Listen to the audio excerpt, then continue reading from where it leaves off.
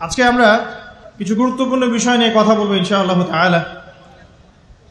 আমি আলোচনা শুরু করতে চাই পবিত্র কোরআনুল কারীমের সূরাতুল আলে ইমরান এর 102 নম্বর আয়াত থেকে। আল্লাহ রাব্বুল আলামিন অত্র আয়াতে বলেছেন, বা'দা আউযু বিল্লাহি মিনাশ শাইতানির রাজীম। আল্লাহ রাব্বুল আলামিন বলছেন, ইয়া আইয়ুহাল্লাযীনা আমানু, হে মুমিনগণ, তোমরা যারা ঈমান এনেছো, ইত্তাকুল্লাহ, তোমরা আল্লাহকে ভয় করো, ওয়ালা তামুতুন্না ইল্লা ওয়া আনতুম মুসলিমুন। এর আগে আল্লাহ পাক বলছেন হাক্কা তুকাতিহ, ভয় করার মতো করে ভয় করো, ওয়ালা তামুতুন্না ইল্লা ওয়া আনতুম মুসলিমুন, পরিপূর্ণ মুসলিম না হয়ে কেউ মৃত্যুবরণ করো না। আল্লাহ পাক এখানে মুমিনদেরকে বলছেন, ইয়া আইয়ুহাল্লাযীনা আমানু, হে মুমিনগণ। কারা মুমিন?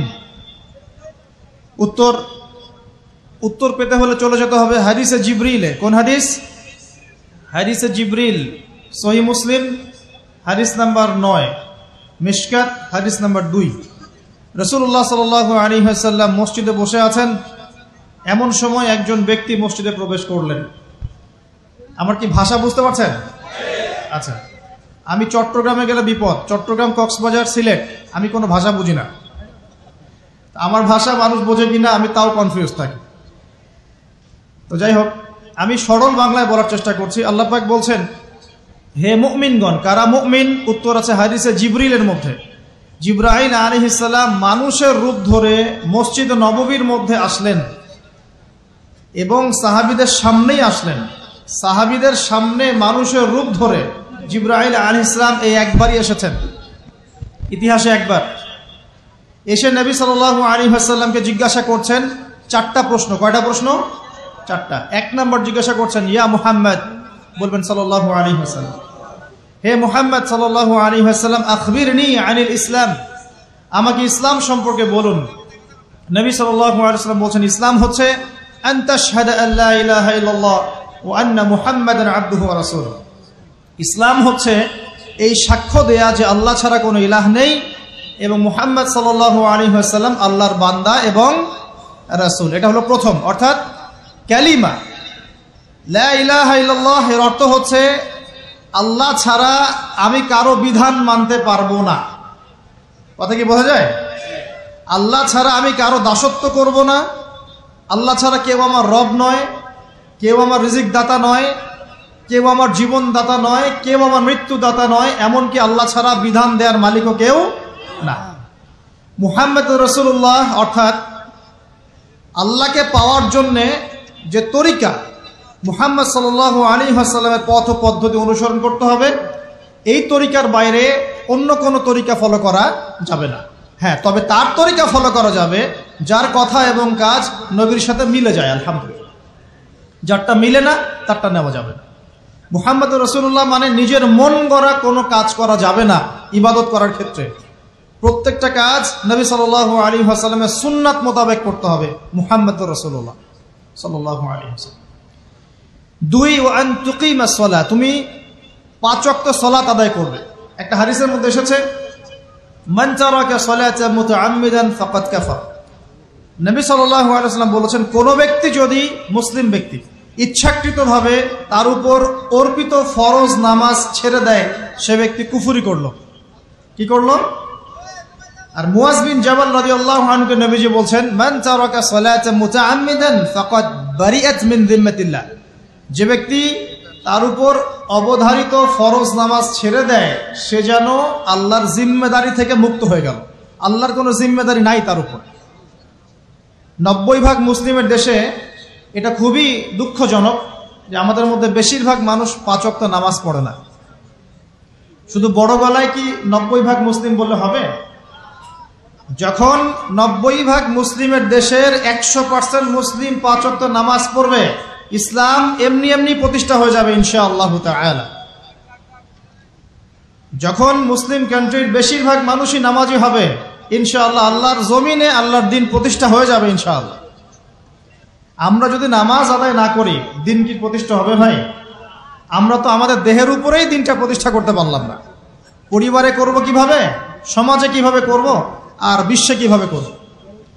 তবে আলোচনার একটা উদ্দেশ্য বলে দিয়ে থাকি, আগেই বলে দেই, ইসলাম দিয়ে পৃথিবী শুরু হয়েছে, নবী দিয়ে সভ্যতা শুরু হয়েছে, ইসলাম দিয়েই পৃথিবী শেষ হবে, নবী দিয়েই সভ্যতা শেষ হবে ইনশাআল্লাহ। শুরু হয়েছে আদম আলাইহিস সালামকে দিয়ে এবং শেষ হবে ইনশাআল্লাহ তাআলা নবী ঈসা আলাইহিস সালামকে দিয়ে। এই কথাটা মাথায় রাখবেন। ইহুদিরা অপেক্ষা করে বসে আছে। কিসের অপেক্ষায় বসে আছে? সব ইহুদি না অবশ্য, যারা জালেম, জায়নিস্ট, বদ, এরা অপেক্ষা করে বসে আছে যে শেষ জামানায় তাদের একজন মাসিহ আসবে। কি আসবে? মাসিহ মানে ত্রাণকর্তা, উদ্ধারকর্তা। যেই মাসিহ আসলে পরে তারা সারা বিশ্বটাকে শাসন করবে এই জেরুজালেম থেকে। কোন জায়গা থেকে? নাম শুনছেন? কোন দিকে এটা? ইসরায়েল। আচ্ছা, ইসরায়েলের না, এটা ফিলিস্তিনের। কার? এই জায়গার মালিক কে? এই জায়গার মালিক আমরা। এটা আমাদের জায়গা। 3টা মসজিদ আপনি সফর করবেন সোয়াবের আশায়, তার সবচেয়ে শ্রেষ্ঠ মসজিদ হারাম মানে মক্কায় 1 রাকাত নামাজ পড়বেন, 1 লক্ষ রাকাত নামাজের সওয়াব হবে ইনশাআল্লাহ। 2 নাম্বার মদিনা, 1 রাকাত নামাজ পড়বেন, 1000 রাকাত নামাজের নেকি হবে ইনশাআল্লাহ। 3 নাম্বার কি? এই যে আকসা, আমরা তো ভুলেই গেছি। আকসা আমাদের। আকসা কাদের? তারা দখল করে নিয়েছে। আচ্ছা, দখল করেছে আমাদের কারণেই, আমাদের দুর্বলতার কারণেই। কিন্তু এই ভোগ দখল চূড়ান্ত হবে না, কারণ তারা অপেক্ষা করছে একজন মাসিহের জন্য, যেই মাসিহ আসলে পরে তারা জেরুজালেম থেকে বিশ্ব শাসন করবে। এখন কিন্তু বিশ্বের বড় বড় ডিপার্টমেন্টগুলো ওরা শাসন করে। খেয়াল করেছেন কি? আপনি যে প্রযুক্তি ব্যবহার করেন এগুলোর চাবিকাঠি ওদের হাতে। আপনি যে অর্থনৈতিক সিস্টেমটা ফলো করেন, ব্যাংকিং সিস্টেমগুলোর কথাই বলছি, এর মূল সূত্র কিন্তু ওদের হাতে, সুতা ওদের হাতে, লাটাই। ইভেন আমরা যে পলিটিক্যাল সিস্টেমগুলো ফলো করি না, এগুলোর তন্ত্রমন্ত্র ওরাই দিয়েছে। যে মিডিয়াগুলো আছে বিশ্বে বড় বড়, সবকিছু ওদের হাতে। ফাইন্যান্স বলে, ফাইন্যান্স মানে বাণিজ্য, ট্রেড, এগুলো ওদের হাতে। বিশ্বের বড় বড় সেক্টরগুলো ওরা শাসন করছে, এটা সত্য। আরেকটা মারাত্মক কথা হচ্ছে, বিশ্বকে শাসন করতে হলে কিছু অস্ত্র লাগে। কি লাগে? অস্ত্র শস্ত্র ছাড়া হবে না। একটা দেশের সাথে একটা দেশের মনে করেন খারাপ সম্পর্ক, এখন একটা দেশের কাছে আছে দাকুরাল, আর একটার কাছে আছে পারমাণবিক অস্ত্র। কে জিতবে? যার কাছে যত ভারী অস্ত্র আছে, শক্তিশালী, তার দাপট তত বেশি। তো এইসব বড় বড় মারণাস্ত্রগুলো, যেগুলোকে আমরা বলি নিউক্লিয়ার ওয়েপেন্স অথবা বলি থার্মোনিউক্লিয়ার ওয়েপেন্স, এগুলো ওদের হাতে। মাসিহ আসলে পরে তারা বিশ্ব শাসন করবে, এটা ওদের যে তালমুদ এই গ্রন্থের মধ্যে লেখা আছে। এবং তারা মনে করে যে এই দাজ্জালই হচ্ছে মাসিহ, তারা মনে করে। আর আমরা জানি হাদিস থেকে এই দাজ্জাল সত্যিকারের মাসিহ নয়। সত্যিকারের মাসিহকে ঈসা আলাইহিস সালাম। আল্লাহ পাক ঈসা আলাইহিস সালামের হাতে এই মিথ্যা মাসিহকে মেরে ফেলবেন প্যালেস্টাইনের বাবেলুদ নামক জায়গায়। কোন জায়গা? বাবেলুদ, হাদিসে বর্ণিত আছে। এবং তাকে মারার পরে নবী ঈসা আলাইহিস সালাম সেখান থেকে পুরো বিশ্বে আবারও ইসলামিক একটা খিলাফা কায়েম করবেন ইনশাআল্লাহ তাআলা। এটা হচ্ছে ইসলামের গন্তব্য, এটা হবেই। পৃথিবীর যত পরাশক্তিগুলো আছে এরা সবাই যদি ঐক্যবদ্ধ হয়ে যায় এবং এই ভবিষ্যৎবাণীটাকে মুছে ফেলতে চায়, কশ্চিনকালেও সফল হবে না ইনশাআল্লাহ। কারণ এটা বলেছেন কে? স্বয়ং আল্লাহ এবং তার রাসূল মুহাম্মদ সাল্লাল্লাহু আলাইহি ওয়াসাল্লাম। এটা আমাদের গন্তব্য, এটা সুসংবাদ দিয়ে শুরু করলাম। এখন আল্লাহ পাক আমাদেরকে বলছেন, হে মুমিনরা তোমরা আল্লাহকে ভয় করো। ইমানদার কারা বোঝাতে গিয়ে হাদিসে জিবরিলে আসছি। জিবরাইল আলাইহিস সালাম এসেছেন, জিজ্ঞাসা করছেন ইসলাম কাকে বলে। নবীজি বলছেন আগে কালিমা, তারপরে সালাত। তো সালাতের কথা বলতে গিয়ে ওখানে চলে গিয়েছিলাম। আমরা যদি ইসলামের বিজয় দেখতে চাই তাহলে সবাইকে 5 ওয়াক্ত নামাজ পড়তে হবে। রাজি আছেন তো? আজকে থেকে 5 ওয়াক্ত নামাজ ছাড়বেন? স্পেশালি যুবক ভাই যারা আছো, তোমাদের তারুণ্য আছে, রক্তের উদ্যম আছে, তোমরা চাইলে অনেক কিছুই করতে পারো। অনেক বার্ধক্যে উপনীত হওয়া মানুষ নামাজ পড়তে চায় কিন্তু পড়তে পারে না। তরুণদের কাছে আল্লাহ পাক সুযোগ দিয়েছেন। আর ইসলামের বিরোধী শক্তি যারা আছে তারা খুব ভালো করেই জানে কিন্তু যে ইসলামের বিজয়ে সবচেয়ে বড় ভূমিকা রাখতে পারে তরুণ সমাজ, যুবক সমাজ, যুব সমাজ, তরুণ প্রজন্ম। এ কারণেই তো দেখবেন তরুণ প্রজন্মকে তাদের উদ্দেশ্য থেকে সরিয়ে দেওয়ার জন্য তারা আপনার সামনে অনেকগুলো টোপ দিয়ে দিয়েছে। দেখাবো টোপ কয়েকটা। 1 নম্বর টোপ দিয়েছে মেয়ে নারী জাতি, মেয়েদেরকে বেপর্দা করে তোমার সামনে উপস্থাপন করে দিয়েছে, ফ্রি মিক্সিং। এখন তুমি আর ঈমান ধরে রাখতে পারছো না। এটা পরিকল্পিত ছিল, কারণ আল্লাহ পাক বলছেন যুজ্জিনা লিন-নাস হুব্বুশ শাহাওয়াতি মিনান নিসা, মানুষের জন্য সবচেয়ে যে আকর্ষণীয় বিষয়গুলো তার মধ্যে 1 নম্বর হচ্ছে মহিলা, মানে মেয়ে, নারী জাতি। এটা আমাদের কাছে সবচেয়ে আকর্ষণীয়। আল্লাহ পাকের সবচেয়ে সুন্দর সৃষ্টিকে মানুষ না, মানুষের মধ্যে আল্লাহ পাকের সবচেয়ে শ্রেষ্ঠ সৃষ্টিকে নারী জাতি। আল্লাহ পাক তাদেরকে সুন্দর করে সৃষ্টি করেছেন, তাই নয় কি? এই কারণে পুরুষদের সবচেয়ে আকর্ষণের জায়গা কোনটা? নারী জাতি। এই কারণে মেয়েদেরকে বেপর্দা করে তোমার সামনে ছেড়ে দেওয়া হয়েছে। জেনা বেড়েছে, ব্যভিচার বেড়েছে, ফ্রি মিক্সিং বেড়েছে, ধর্ষণ বেড়েছে, এই যে হারাম প্রেমের সম্পর্কগুলো বেড়েছে। যুবকেরা তাদের জীবনের উদ্দেশ্য ভুলে গেছে। আমার কথা কি বুঝতে পারছেন? আচ্ছা, এটা 1 নম্বর। 2, মাদক। যুবকদের সামনে মাদকের সহজলভ্যতা। চাইলেই হাত বাড়ালেই মাদক, হাত বাড়ালেই ইয়াবা, হাত বাড়ালেই ফেন্সিডিল, হাত বাড়ালেই হেরোইন, তাই না? কথা ঠিক না বেঠিক? যদি কেউ চায় যে আমি আজকে রাত্রে মাদক খাবো, সে পারবে, হাত বাড়ালেই পারবে। এখনকার সমাজ এমন, যদি কেউ চায় যে আজকের রাত্রে আমি পতিতালয়ে গিয়ে রাত কাটাবো, সে পারবে। 500 টাকা 1000 টাকার বিনিময়ে মানুষ এখন জেনা করতে পারে না? 5 টাকা 10 টাকা 50 100 টাকা দিয়ে মানুষ এখন ইয়াবা কিনে খেতে পারে। আর যারা সীমান্তবর্তী অঞ্চলে আছেন তারা আরো ভালো জানেন আমার কথা কতটুকু সত্য কতটুকু মিথ্যা। যুবকদের সামনে মাদক এমনি এমনি দেওয়া হয় নাই। উদ্দেশ্য কি? তোমার দ্বারা ইসলামের বিজয় সম্ভব ছিল। মাদক সেবন করাই তোমাকে সরাই দিয়েছে ওই রাস্তা থেকে। কথা বুঝতে পারছো? খুব সতর্ক। 3 নাম্বার, জুয়া। তোমার সামনে জুয়া দিয়ে দিয়েছে। জুয়া, ফুটবল বিশ্বকাপ হইলে জুয়া, IPL হইলে জুয়া, BPL হইলে জুয়া, ফুটবল ফিফা হইলে জুয়া। জুয়া খেলে না মানুষ। আর যে যুব সমাজ তাদের জীবনের উদ্দেশ্য জানে না, তাদের পক্ষেই সম্ভব এইসব মেসি, আর্জেন্টিনা, ব্রাজিল এইসব নিয়ে ব্যস্ত থাকে। যারা নিজেদের জীবনের উদ্দেশ্য জানে তাদের জন্য কোশ্চিন কালেও এখানে সময় নষ্ট করা সম্ভব না। দুনিয়ার জীবনটা কি খেলতামাশা? দুনিয়ার জীবনটা কি খেলতামাশার জন্য? আল্লাহ পাক যে হায়াতটা দিয়েছেন, ধরেন 50, 60 বা 100 বছর, এই হায়াতটা কে দিয়েছেন? এই সময়টার মালিক কে? তাহলে আল্লাহ যদি সময়ের মালিক হয়, আমি কেন সময় 1 ঘন্টা অপচয় করবো ওখানে বসে বসে? এই সময়টাকে আমার নাকি? সময়টা আমার বাপের নাকি?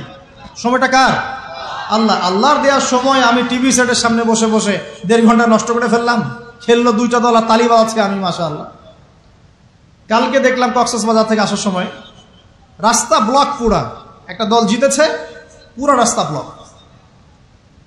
হাঁটা যাচ্ছে না, মিছিল, পাগলের মতো মানুষ মোটরসাইকেলে ছুটছে, গাড়ি নিয়ে ছুটছে, সিগারেট খাচ্ছে, আরো যে কি খাচ্ছে, মেয়ে নিয়ে ঘুরছে, আর একটা পতাকা নিয়ে ঘুরছে। যে দেশের পতাকা নিয়ে ঘুরছে ওই দেশ জানেও না মনে হয় যে এই দেশে এই আমার সাপোর্টার আছে। হ্যাঁ, আর খেয়াল করে দেখবেন এই আয়োজনগুলো এখন করানো হচ্ছে মুসলিম দেশগুলোকে দিয়ে। মানে মুসলমানদের অবস্থা দেখলে এখন মনে হচ্ছে সুবহানাল্লাহ,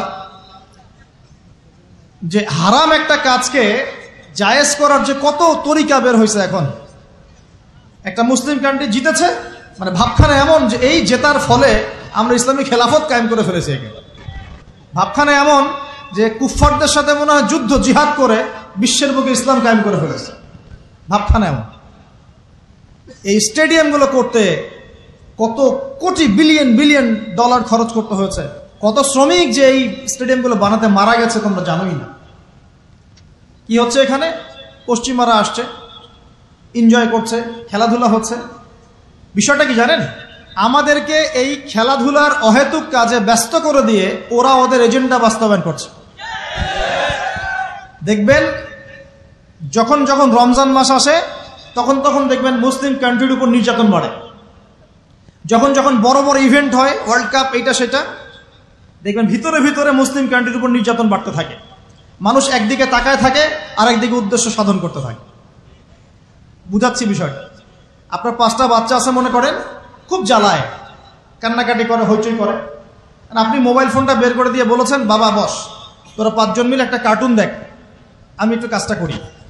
দিয়ে দিলেন, ও কার্টুন দেখছে চুপচাপ, কেউ কোনো ডিস্টার্ব নাই। আর বুঝতে পারছেন? আর এই যে বাচ্চাগুলা কার্টুন দেখছে না, এগুলো হচ্ছে আমরা এখন।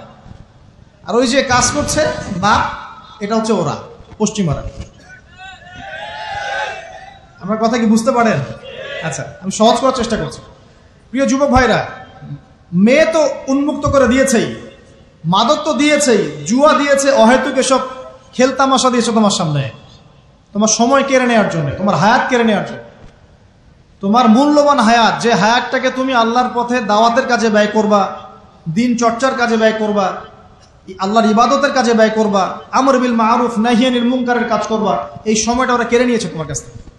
বুঝতে পারছো না তুমি? আবার নেশা দিয়ে তোমার ভিতরটা নষ্ট করে ফেলেছে, জেনা দিয়ে তোমার অন্তরের নূর নষ্ট করে দিয়েছে, ফ্রি মিক্সিং দিয়ে জেনা এবং তোমার যে পবিত্রতা, চারিত্রিক পবিত্রতা নষ্ট করে দিয়েছে। আরো দিয়েছে পর্নোগ্রাফি। বেশিরভাগ যুব সমাজ এখন বাসায় গিয়ে রাতের বেলা পর্ন দেখে। দেখা যায় সারাদিন ভালো কাজ করে, বাসায় গিয়ে রাতের বেলা পর্ন দেখে। পর্নোগ্রাফি দেখে না বা দেখে নাই কখনো, এমন একটা ছেলে খুঁজে পাওয়া যাবে না এখন। আর যখন আপনি এগুলোতে অভ্যস্ত হয়ে যাবেন, তখন শরীর খারাপ হয়ে যাবে, মন ভালো থাকবে না, আপনি একাকী গোপন পাপ করবেন, শরীর দুর্বল হয়ে পড়বে। একটা মেয়ের দিকে আপনি সম্মানের চোখে তাকাতে পারবেন না, মনে হবে মেয়ে মানেই মনে হয় ভোগের বস্তু।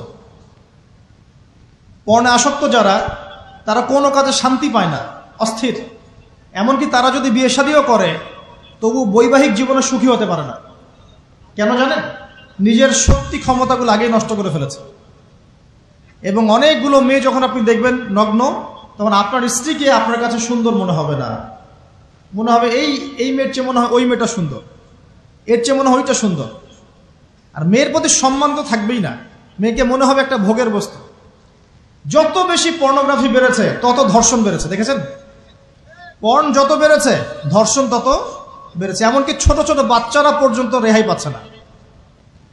দেখেন না, ছোট ছোট বাচ্চা, 5 বছর 10 বছরের বাচ্চারা, মেয়ে বাচ্চাদের কথা বলছি, এদেরকেও ধর্ষণ করা হচ্ছে। যাদের ঘরে কন্যা সন্তান আছে, তারা খুবই এখন বিপর্যয়ের মধ্যে আছেন আপনারা, আমরা। কারণ সমাজটা তো নষ্ট হয়ে যাচ্ছে। আপনার মেয়েকে কতদিন ঘরে রাখবেন? বাইরে তো পাঠাতেই হবে। বাইরে পাঠালে দেখবেন মেয়ের সম্মান নাই, পর্দা নাই, মেয়েকে জোর করে ধর্ষণ করা হচ্ছে। বাসে, ট্রেনে, অটোতে, অমুকে তমুকে, ট্রাকে মেয়েকে ধর্ষণ করা হচ্ছে। আর প্রত্যেক ধর্ষকের তো আর ইসলামিকভাবে বিচার হচ্ছে না, হচ্ছে? যদি একটা এলাকায় ধর্ষণ হতো আর ধর্ষককে জনসমুখে ডেকে ফাঁসি দেওয়া হতো না, তাহলে দেখতেন যে ওই এলাকায় ধর্ষণ বাড়তো না, কমে যেত। যদি একটা এলাকার চোরদেরকে জনসমুখে নিয়ে এসে হাত কেটে ফেলা হতো, তাহলে বুঝতেন চুরি কাকে বল। ভয়ে চুরি করতে পারতো না মানুষ। আর ভাগ্য ভালো যে এই নিয়মগুলো এখন নাই। কেন ভাগ্য ভালো বললাম? ভাগ্য ভালো কেন বললাম? কারণ এই নিয়ম যদি এই মুহূর্তে চালু করা হয়, এই মুহূর্তে যে এখন এই সেকেন্ডের মধ্যে চালু করা হয়, তাহলে অনেক বড় বড় রাঘব বোয়াল যারা আছে, ওদের হাত থাকবে না।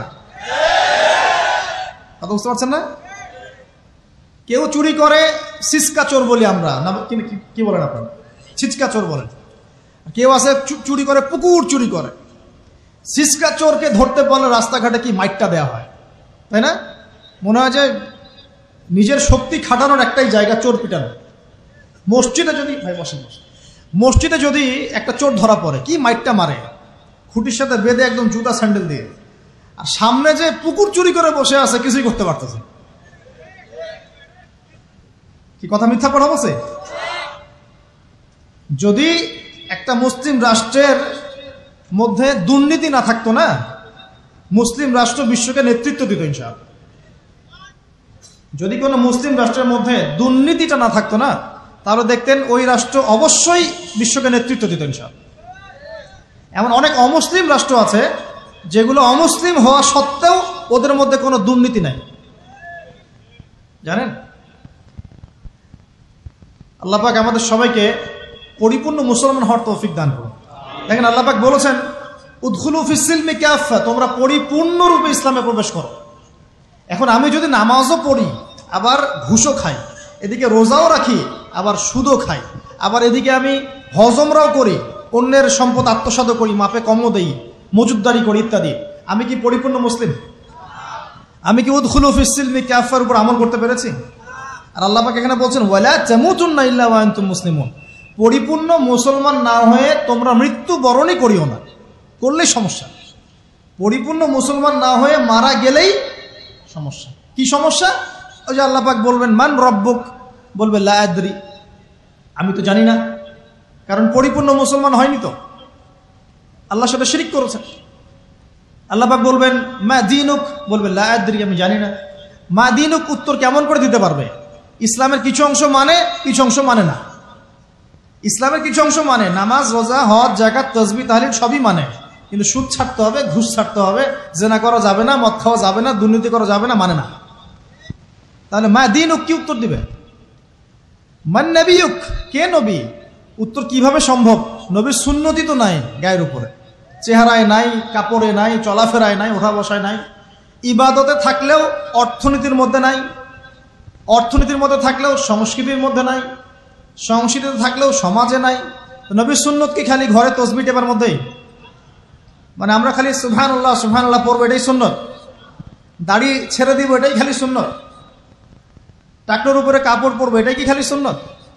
সমাজের মধ্যে সুন্নত নাই, অর্থনীতির মধ্যে সুন্নত নাই, ব্যবসা বাণিজ্যের সুন্নত নাই, চাকরি বাকরিতে সুন্নত নাই, পরিবারের সুন্নত নাই, সংস্কৃতির মধ্যে সুন্নত নাই, আর রাষ্ট্রের কথা বললাম না, ওটা বাদ দেন, ওটা এই যুগে সম্ভব না। ইল্লা মাশা আল্লাহ, যদি আল্লাহ পাক না চান। ওইদিকে আমি কথাই বলতে যাচ্ছি না, আমি সমাজ পর্যন্তই আছি আর কি, এর উপর যাচ্ছি না। তো প্রিয় ভাইয়েরা, যুবক ভাইদের কথা বলে আমি সামনে যাব। এক নাম্বার কি বলেছি, তোমরা সতর্ক থাকবে মেয়ে থেকে। কি থেকে? মেয়ে থেকে 100 হাত দূরে। 100 হাত মানে আমি বলি, পরামর্শ দেই, আমি তোমাদের ভাইয়ের মতো, ছোট হই আর বড় হই, আর আমাকে এইসব আল্লামা শায়েখ এইসব বলার দরকার নাই। আমি একদম তালেবে ইলম, এখানে বড় বড় অনেক আলেম ওলামায়ে কেরাম আছেন, আমি খুব বিব্রত বোধ করছি কথা বলতে। আমি জানি যে হকপন্থী ওলামায়ে কেরাম যারা, তারা আমাদের মতো অনলাইনেও আসেন না, এই ফেসবুক ইউটিউবে ভিডিও পাবেন না, এমনও আলেম বাংলাদেশে আছেন জানেন, যারা বহু আলেম তৈরি করছেন, মাদ্রাসা খেদমত করছেন। তো তাদের সামনে আমাদেরকে যখন এইভাবে টাইটেল দেন, লজ্জা লাগে, বিব্রত বোধ করি। শেখার কোনো শেষ নাই। আমি একসময় মনে করতাম যে আমি যখন ইন্টারমিডিয়েটের পর থেকে চর্চা করা শুরু করছি, অনার্স মাস্টার্স পর্যন্ত, মনে করছি যে হ্যাঁ, মনে হয় ইসলাম সম্পর্কে ভালোই জানছি। তারপর যখন কওমি আলেমদের কাছে পড়তে শুরু করলাম, বলি এগুলো ভিতরের কথা, খোলামেলা বলি, গল্প করছি আপনাদের সাথে, রাগ করছেন নাকি? তখন বুঝলাম যে বিগত 5-7 বছরে তো আমি কিছু পড়াশোনা করছি বলে মনে হচ্ছে না। যেমন একটা হাদিস শো করে বললাম যে ওস্তাদ, এই যে আল্লাহ রাসূল সাল্লাল্লাহু আলাইহি ওয়াসাল্লাম বলেছেন যে একজন মুমিন ব্যক্তি আর একজন মুমিন ব্যক্তির আয়না স্বরূপ। কি স্বরূপ? আয়না স্বরূপ। তো আমি যদি অনলাইনে কোনো ভাইয়ের ভুল ধরিয়ে দেই সমালোচনার মাধ্যমে, তাহলে কি আমি হাদিসের উপর আমল করলাম না? তখন ওস্তাদ মিটিমিটি হাসছেন, বলছেন যে তোমার তো টুকটাক অ্যারাবিক গ্রামারের বেস ভালোই, তোমার কি মনে হয়? আমি বললাম যে আমার কাছে তো এটাই মনে হচ্ছে যে আমি যদি সমালোচনা করি, আমি তো আমর বিল মারুফ নাহি আনিল মুনকারের কাজই করলাম। তো তিনি বলছেন আসলে এই হাদিসের ব্যাখ্যা এমন নয়। কেমন ব্যাখ্যা? তুমি কি খেয়াল করো নাই? আমাকে বলছে তুমি কি খেয়াল করো নাই, তুমি যখন আয়নার সামনে গিয়ে দাঁড়াও, তখন আয়না কিন্তু তোমার সাথে কথা বলে না, আয়না নীরব থাকে, স্থির থাকে, কিন্তু তোমার দোষ ত্রুটি কোথায় আয়না কিন্তু দেখিয়ে দেয়। মনে করেন, বুঝাচ্ছি, মনে করেন আপনার গাল কেটে গেছে, আপনি আয়নার সামনে দাঁড়িয়েছেন, আয়না কিন্তু আপনাকে বলে দিবে না এই যে তোমার গাল কাটা, এই ছেলে তোমার গাল কাটা, হ্যাঁ এই মেয়ে, এই ছেলে তোমার এই সমস্যা ওই সমস্যা, বলবে? চুপচাপ থাকবে, আয়না দেখিয়ে দিবে আপনার ভুলটা কোথায়। তো তিনি আমাকে হাদিসের ব্যাখ্যা শিখাচ্ছেন, বলছেন যে একজন মুমিন ভাই যদি কোনো ভুলের উপর থাকে, তুমি সঠিকটা আমল করে ওর সামনে দাঁড়িয়ে দেখিয়ে দিবে যেটা সঠিক। তো বুঝলাম, যতদিন যাচ্ছে আমি বুঝতে পারছি যে আসলে এই জ্ঞানের সমুদ্র যে কত গভীর, 100 বছর হায়াত দিলেও মনে হয় শেষ করতে পারবো না।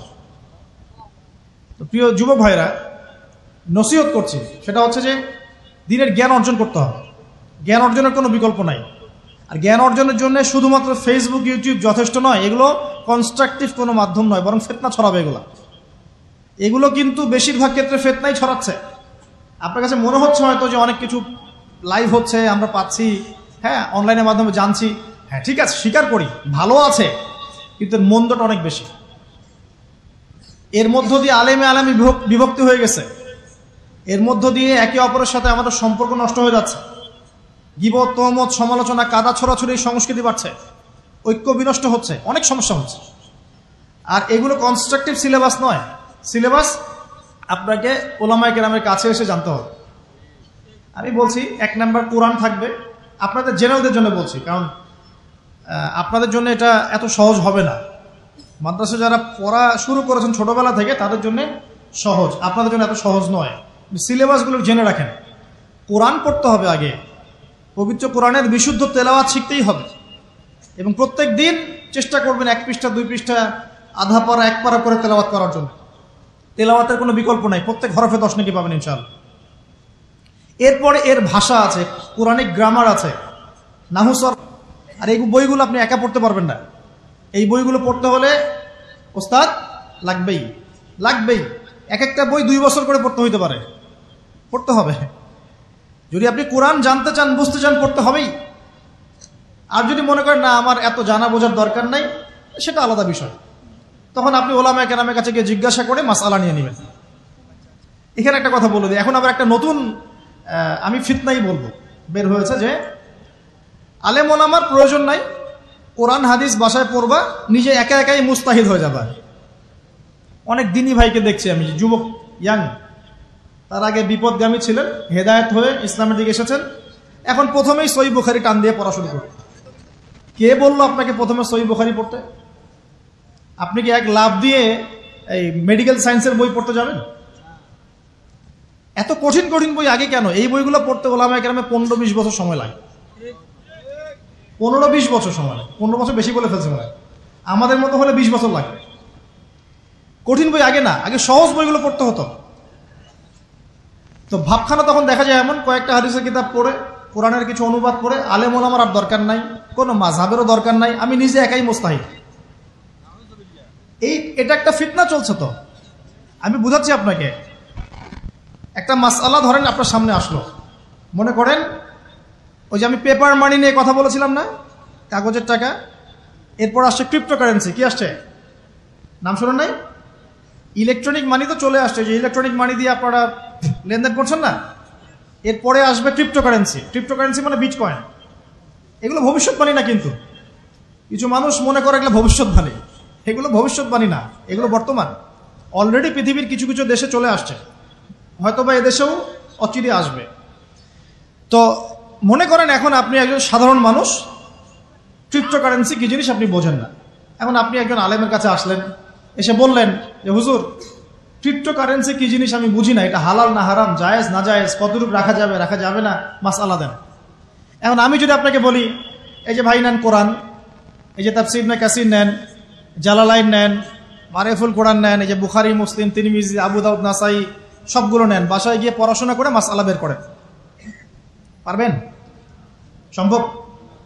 সম্ভব কি? কে পারবে? যিনি মুস্তাহিদ।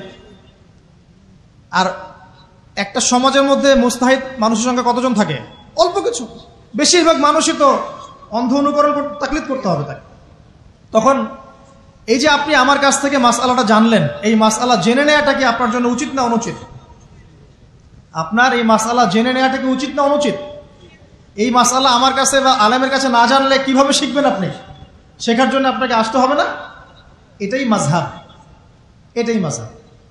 এখানে বিভ্রান্তির কোনো সুযোগ নাই যে আমি এগুলা মানি না, আমি খালি বইপত্র একা একা পড়বো, আলেম হয়ে যাবে, সম্ভব না।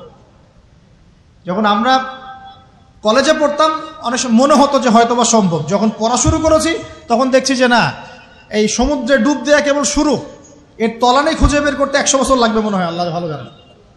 আল্লাহু আকবার।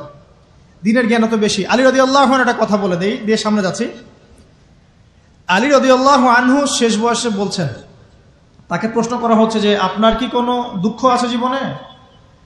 আলী রাদিয়াল্লাহু আনহু বলছেন যে আমি শুরু থেকে নবী সাল্লাল্লাহু আলাইহি ওয়াসাল্লামের পাশে ছিলাম, আমার দুঃখ নাই, তবে একটা মনের কষ্ট। কি? আমি যে জ্ঞানগুলো শিখেছি নবীর কাছ থেকে সাল্লাল্লাহু আলাইহি ওয়াসাল্লাম, সেই জ্ঞান বিতরণ করার জন্য কোনো পাত্র খুঁজে পেলাম না। কি গভীর কথা! যে জ্ঞান শিখেছি এটা বিতরণ করার পাত্রই খুঁজে পেলাম না। তাহলে পাত্র, আমরা তো পাত্র, জ্ঞান বিতরণ করবেন উলামায়ে কেরাম। পাত্র আমরা যদি পরিষ্কার না হয় জ্ঞান কিভাবে পাবেন? সম্ভব না। আরেকটা বিষয় বলে দেই, যখন আপনি জ্ঞানের চর্চায় মাঠে নামবেন, আল্লাহ পাক আপনার সম্মানার্থে ফেরেশতার পাখা আপনার পায়ের নিচে বিছিয়ে দিবে ইনশাআল্লাহ। আর যখন আপনি জ্ঞান চর্চা করে আলেম হবেন ইনশাআল্লাহ তাআলা, আপনার জন্যে আসমান জমিনের সমস্ত মাখলুক, এমনকি সমুদ্রের নিচের মাছ, গর্তের ভিতরের পিপিলিকা, সবাই আল্লাহর কাছে আপনার জন্য ইস্তেগফার করবে ইনশাআল্লাহ। একটা হাদিসে নবীজি বলেছেন যে আকাশের চাঁদটাকে তোমরা যেমন দেখো উজ্জ্বল অন্য নক্ষত্রগুলোর তুলনায়, ঠিক তেমনি সাধারণ মানুষের উপরে একজন আলেমের মর্যাদা এমন। তো প্রিয় ভাইয়েরা, যুবক ভাইদেরকে বলছে, স্পেশালি আজকের লেকচারটা স্পেশালি তোমাদের জন্যই, যে এই ফাঁদগুলো থেকে বেঁচে থাকবে এবং এলেম অর্জন করবে। এলেম অর্জনের কোনো বিকল্প নাই, এবং এলেম অর্জনের জন্য সিলেবাস লাগবে। আর অনেক বইপত্র একা একা পড়তে পারবে না, আলেম ওলামাদের সংস্পর্শ লাগবেই, অন্যথায় পারবে না। এর পাশাপাশি আপনি সিরাতের বই পড়বেন, ইতিহাস পড়বেন, ইসলামিক অর্থনীতি পড়বেন, হ্যাঁ, ভূরাজনৈতিক প্রেক্ষাপটের বইগুলো পড়বেন, এগুলো ঠিক আছে। এবং জেনারেল লাইনে যেখানে পড়াশোনা করছেন এই পড়াশোনাও কন্টিনিউ করবেন, এবং আপনার প্রতিভা দিয়ে আপনার জায়গা থেকেই ইসলামের খেদমত করবেন ইনশাআল্লাহ তাআলা। পারা যাবে না? আল্লাহ তৌফিক দান করুন। যুবক ভাইদের সামনে এই ফাঁদ। কেন ফাঁদ? কারণ যুবক ভাইরা যদি জীবনের উদ্দেশ্য জেনে ফেলে এবং ইসলাম প্রতিষ্ঠার কাজে আত্মনিয়োগ করে, তাহলে কুফফার শক্তি পালানোর জায়গা খুঁজে পাবে না ইনশাআল্লাহ। প্রিয় ভাইরা, আল্লাহ রাব্বুল আলামিন বলছেন মুমিনদেরকে, হে মুমিনরা, তোমরা আল্লাহকে ভয় করো। দেখুন, 6টা পিলারে বিশ্বাস না করা পর্যন্ত কেউ মুমিন হয় না। কয়টা পিলার? 1 নাম্বার হচ্ছে আল্লাহর প্রতি বিশ্বাস। 1 নাম্বার আল্লাহর প্রতি বিশ্বাস। 2 ফেরেশতা মণ্ডলীর প্রতি বিশ্বাস। 3 আসমানি কিতাব সমূহে বিশ্বাস। 4 নবী রাসূলগণের প্রতি বিশ্বাস। 5 পরকালের প্রতি বিশ্বাস। এবং 6 তাকদীরের ভালো মন্দের প্রতি বিশ্বাস। এই 6টা পিলারকে মনে বিশ্বাস করতে হয়, মুখে স্বীকৃতি দেওয়া লাগে এবং কাজেও বাস্তবায়ন করতে হয়, তারপর আপনি মুমিন হবেন ইনশাআল্লাহ। আল্লাহ পাক বলছেন আমাদেরকে, এই মুমিনদেরকে, তোমরা আল্লাহকে ভয় করো, ভয় করার মতো ভয় করো। এটার ব্যাখ্যা কি? ভয় করা মানে কি? শুধু নেক আমল করা মানেই আল্লাহকে ভয় করা নয়। আল্লাহ পাকের যত নিষেধ আছে এই নিষেধগুলো ছেড়ে দেওয়ার নাম হলো আল্লাহকে ভয় করা। যদি আমি নামাজ পড়ি, প্রমাণিত হবে না যে আমি আল্লাহকে ভয় করি। হারাম ছেড়ে নামাজ পড়েন, হালাল খেয়ে নামাজ পড়েন, প্রমাণ হবে আপনি আল্লাহকে ভয় করেন। নামাজ পড়াটা একটু সহজ কাজ, কিন্তু এই হারাম রিজিক ছেড়ে দেওয়া এত সহজ কাজ নয়। রোজা রাখা সহজ কাজ তুলনামূলক, কিন্তু সুদ ঘুষ ছেড়ে দেওয়া এত সহজ কাজ নয়।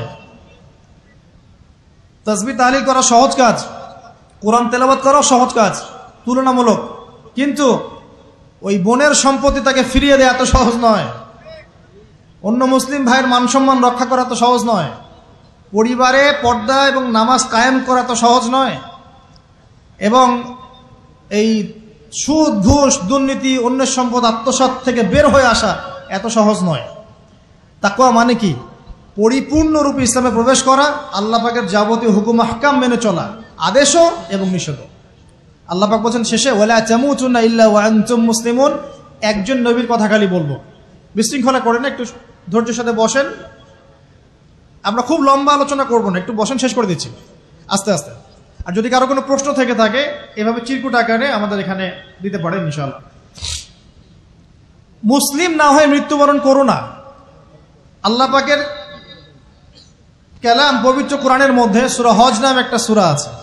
এখানে আল্লাহ পাক সূরা হজের মধ্যে ইব্রাহিম আলাইহিস সালামের কথা বলছেন যে হুয়া সাম্মাকুমুল মুসলিমিন।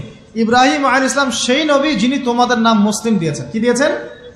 মুসলিম। আচ্ছা, ইব্রাহিম আলাইহিস সালামের দুটো ঘটনা বলবো খালি, আমি আপনাকে ইসলাম দেখাচ্ছি কি জিনিস। দেখুন, তার স্ত্রীকে আল্লাহ পাক বলছেন রেখে আসো, হাজেরা আলাইহিস সালামকে রেখে আসো মক্কার কাবা ঘরের কাছে, যেখানে কোনো মানুষ নাই, কোনো খাবার পানি কিচ্ছু নাই, সাথে ছোট সন্তান ইসমাইল। দেখেন, রেখে আসার সময় কিন্তু ইব্রাহিম আলাইহিস সালাম আল্লাহকে বলেন নাই যে আল্লাহ আমি আমার স্ত্রী সন্তানকে ওখানে কেন রেখে আসবো, এর পিছনে যুক্তি কি, এর পিছনে বিজ্ঞান কি, এর পিছনে দর্শন কি জিজ্ঞাসা করেছিলেন? আল্লাহ পাক বলেছেন সামি'না আতা'না। সন্তান বড় হয়েছে, আল্লাহ পাক বলছেন তাকে জবাই করতে হবে। তিনি সন্তানকে গিয়ে বলছেন ইয়া বুনাই ইন্নী আরা ফিল মানামি আন্নী আসবাহুক, আমি স্বপ্নে দেখছি তোমাকে জবাই করছি, ফানজুর মাযা তারা, তোমার কি রায় আমাকে বলো। সন্তান বলছে এবার ইয়া আবাতি, হে আমার আব্বা, ইফআল মা তু'মার, আপনাকে যে আদেশ করা হয়েছে সে আদেশ আপনি পালন করেন। সাতাজিদুনি ইনশাআল্লাহু মিনাস সাবিরিন, ইনশাআল্লাহ আপনি আমাকে ধৈর্যশীল পাবেন। কে বলছে এটা? ইসমাইল। ইসমাইলের মধ্যে কি এখনকার তরুণদের জন্য আদর্শ নাই? যে বয়সে ইসমাইল আলাইহিস সালাম বলছেন আব্বা আমাকে জবাই করে দেন, কোনো সমস্যা নাই, ইনশাআল্লাহ আপনি আমাকে ধৈর্যশীল পাবেন, ওই বয়সের আমাদের তরুণ প্রজন্ম, টিকটক প্রজন্ম, ওই বয়সে আমাদের তরুণ প্রজন্ম কিশোর গ্যাংয়ে যোগ দিয়েছে, জেনা করেছে, মাদক খাচ্ছে, জুয়া খেলছে, এই যে জার্সি গায়ে দিয়ে ঘুরে বেড়াচ্ছে। দেখেন, এই ওয়াজে আসার সময় দেখলাম যে কিছু ছেলে দাঁড়িয়ে আছে ওখানে, কি হচ্ছে ওখানে দাঁড়ায়, বক্তা এখন আসে নাই, সিগারেটের প্যাকেট থেকে সিগারেট বের করে টান দিচ্ছে ওখানে। বক্তা তো এখন আসেন, টান টান দিয়ে যায়, তারপর বসে। মাদক বলতে কি বোঝো তোমরা? খালি গাঁজা, ইয়াবা, ফেন্সিডিলি মাদক? সিগারেটটা মাদক না? এই জর্দা খাই, এটা কি মাদক না?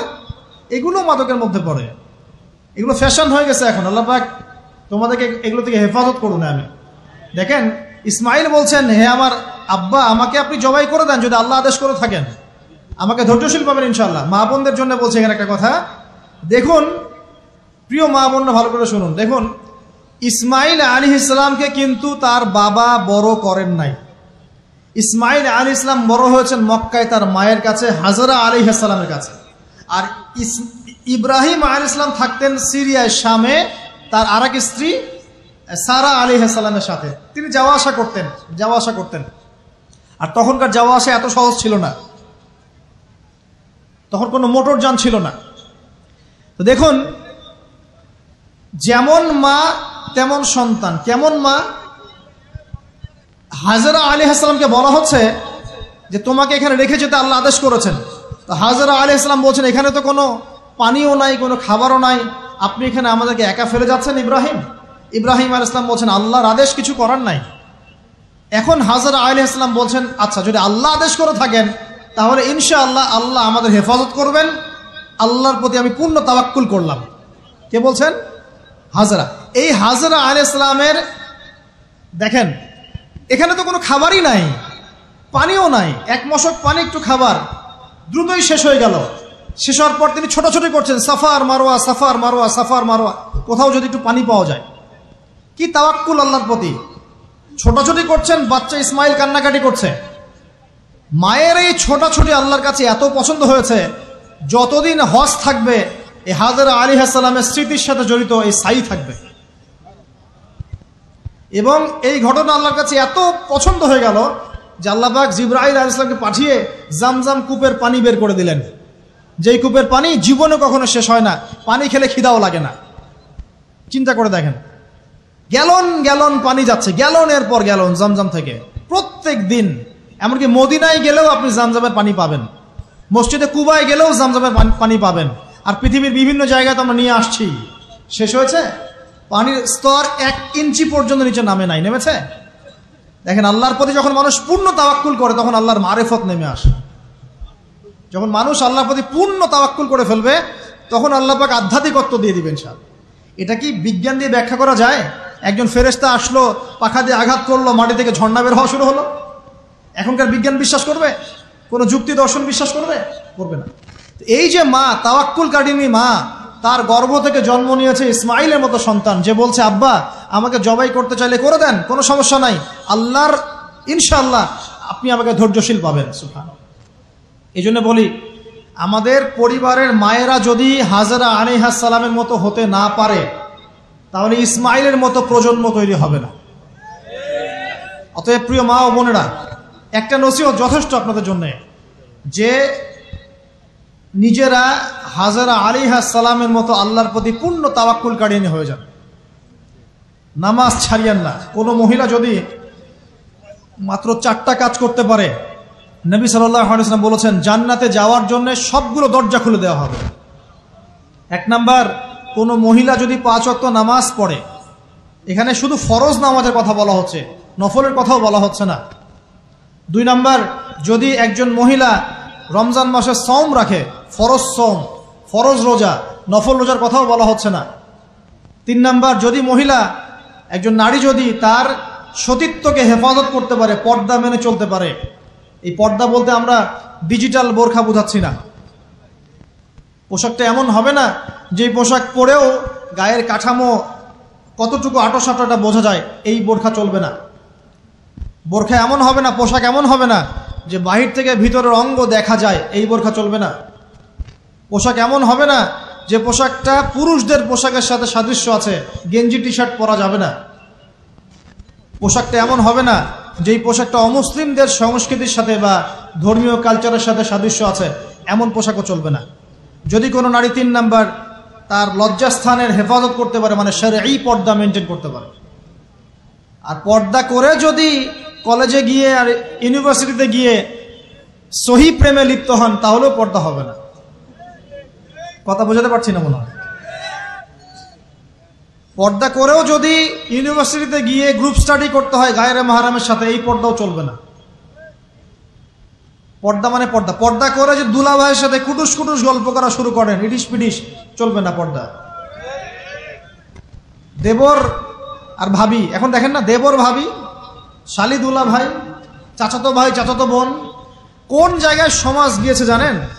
এমনও নিউজ বাংলাদেশে এসেছে, নাউজুবিল্লাহ বলতে বলতে রুচুতে বাঁধে, যে বাবা মেয়ের সাথে পর্যন্ত জিনা করে ফেলেছে।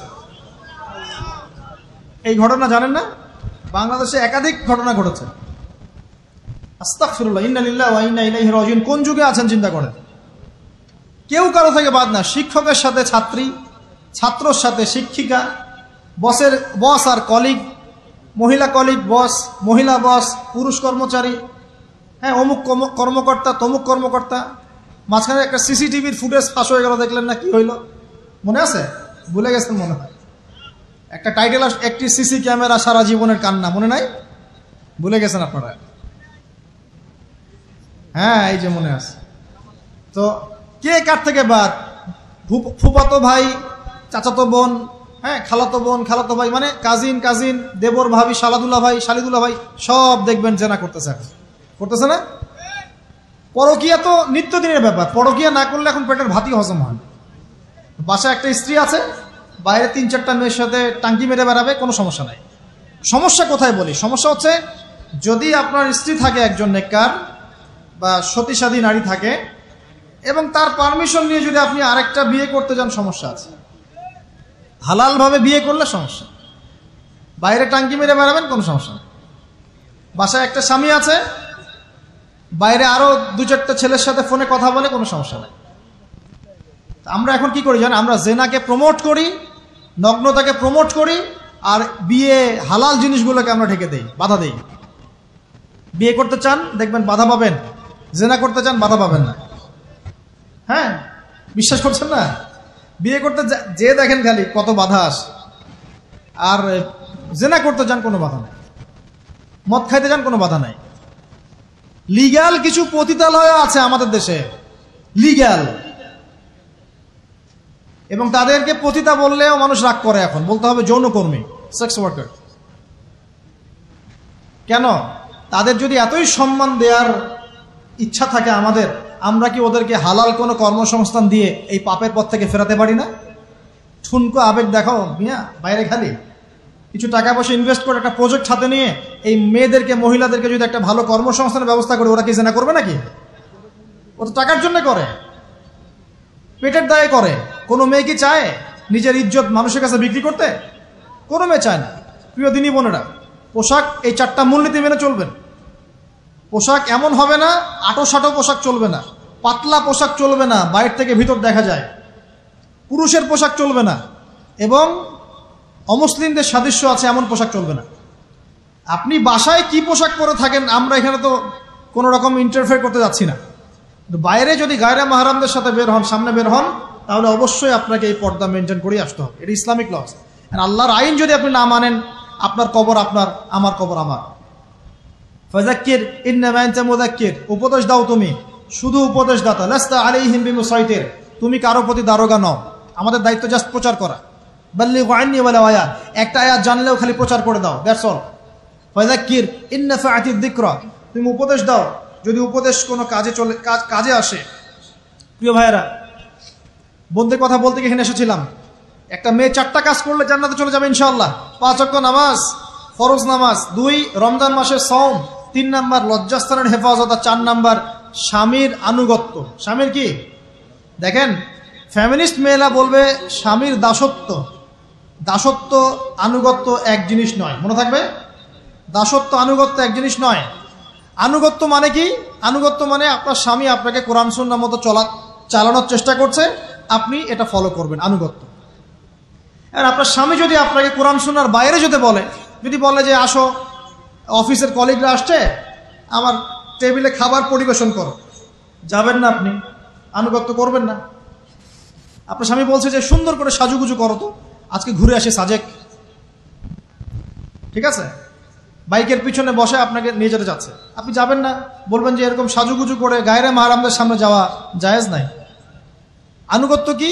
কোরআন সুন্নাহ সমর্থিত কাজে আপনি স্বামীকে ফলো করবেন, আনুগত্য।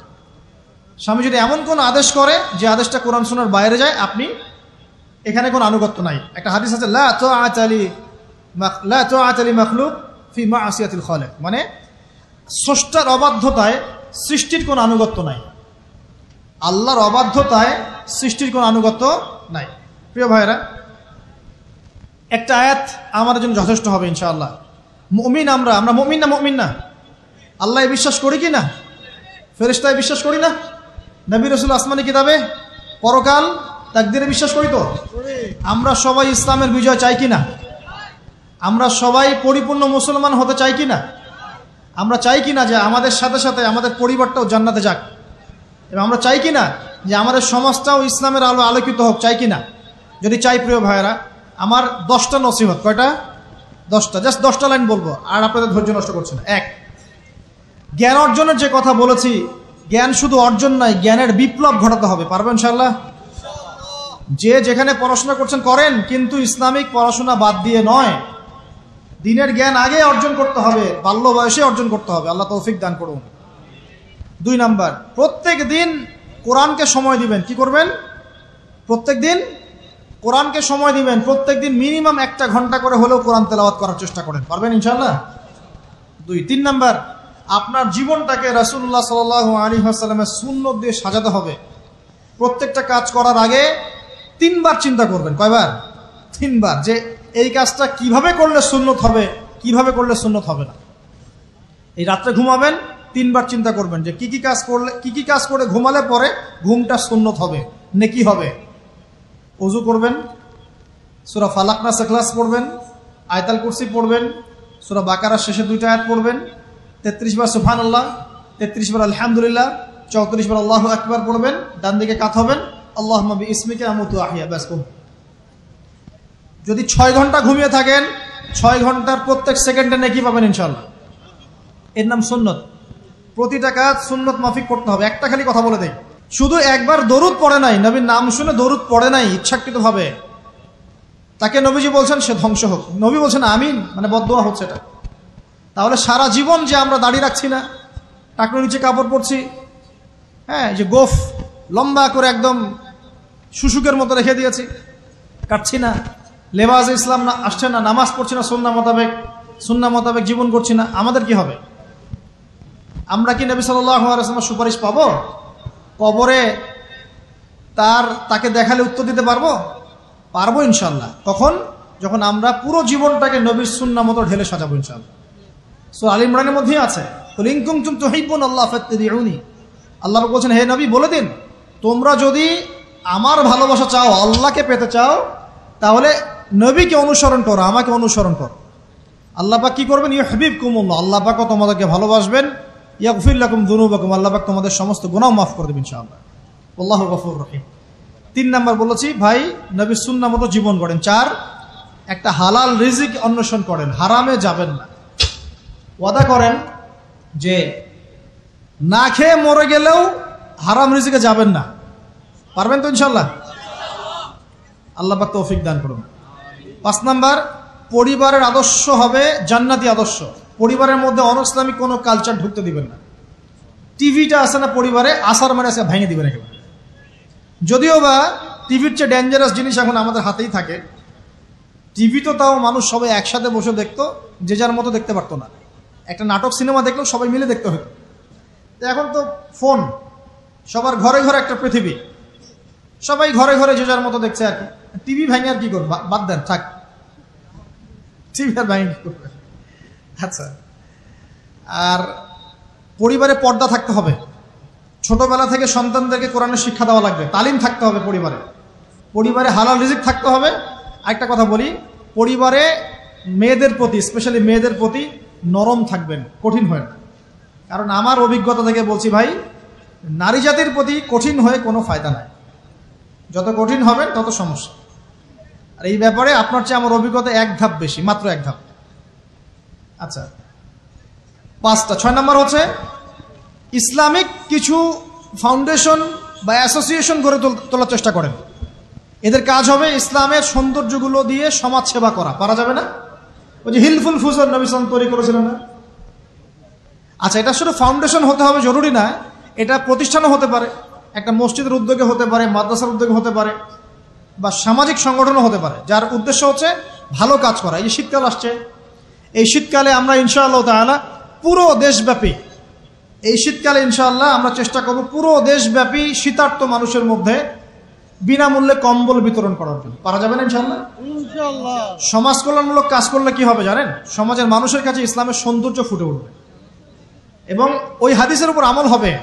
যদি আপনি কোনো মুসলিম ভাইয়ের একটা কষ্ট দূর করে দেন, আল্লাহ পাক আপনার একটা কষ্ট দূর করে দেবেন ইনশাআল্লাহ। আপনি যতক্ষণ মুমিন বান্দা মুসলিম ভাইয়ের পাশে থাকবেন, আল্লাহ পাকও আপনার সাহায্যে আপনার পাশে থাকবে ইনশাআল্লাহ। আল্লাহ পাক তৌফিক ইনায়াত করুন, আমিন। আর কি?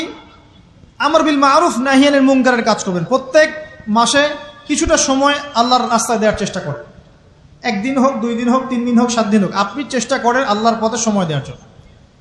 এটা 7। 6টা বললাম না 7টা বললাম? 7টা বলছি। 8 নাম্বার, আলেম ওলামার সোহবত লাগবে। একা একা চলা যাবে না। আপনি যে আলেম ওলামাদেরকে হক্কানি মনে করেন, আপনার দৃষ্টিতে তাদের কাছেই আপনি পড়ে থাকেন, কোনো সমস্যা নেই। পরামর্শ ভিত্তিক চলবেন এবং আলেমদের মাঝখানে বিভক্তি সৃষ্টি করবেন না, ঐক্যবদ্ধতার চেষ্টা করবেন। আল্লাহ পাক তৌফিক দান করুন। আর 2টো হচ্ছে, আপনার পরবর্তী প্রজন্ম, বাচ্চা কাচ্চা যারা আছে, তাদেরকে এখন থেকেই পরিপূর্ণ মুসলমানের মতো গড়ে তুলবেন। আইডল দিবেন। তোমাদের আইডল হচ্ছে ওমর রাদিয়াল্লাহু আনহু, তোমাদের আইডল খালিদ বিন ওয়ালিদ, তোমাদের আইডল আলী রাদিয়াল্লাহু আনহু, তোমাদের আইডল আবু বকর সিদ্দিক, তোমাদের আইডল হচ্ছে তারেক বিন জিয়াদ, মোহাম্মদ বিন কাসেম। এই যে আপনাদের এই এলাকায়, চিটাগাং এলাকায় কত আলেম ওলামা ওলিয়া উলিয়ার পদচারণা ঘটেছে জানেন? ইতিহাস পড়ে দেখবেন, আপনি ইতিহাস পড়তে পড়তে শেষ করতে পারবেন না। সেই মুঘলদের আগে পর্তুগিজরা, তার আগে আরো মানুষ এসেছে, আরো বণিকরা এসেছে, সুফি দরবেশরা এসেছেন, পীর সাহেবরা এসেছিলেন, বড় বড় আল্লাহর ওলিরা এসেছেন, আসেন নাই? অনেক যুদ্ধ বিগ্রহ, জিহাদ হয়েছে এখানে। এমনি এমনি তো ইসলাম পায়নি এই এলাকার মানুষ। ইসলাম এখানে প্রচার করা হয়েছে, প্রতিষ্ঠা করা হয়েছিল। ইবনে বতুতা এখানে এসেছিলেন।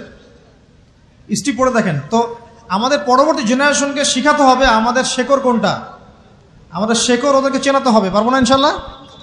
আর সবশেষ কথা হচ্ছে ভাই, যে আমাদের মা বোনদেরকে খাস পর্দা রাখার চেষ্টা করেন, কোনোভাবেই যেন তাদের ইজ্জত আবরু কেউ সম্ভ্রম নষ্ট করতে না পারে। আল্লাহ পাক আমাদের সবাইকে এই আদর্শগুলো মেনে চলার তৌফিক ইনায়াত করুন, আমিন।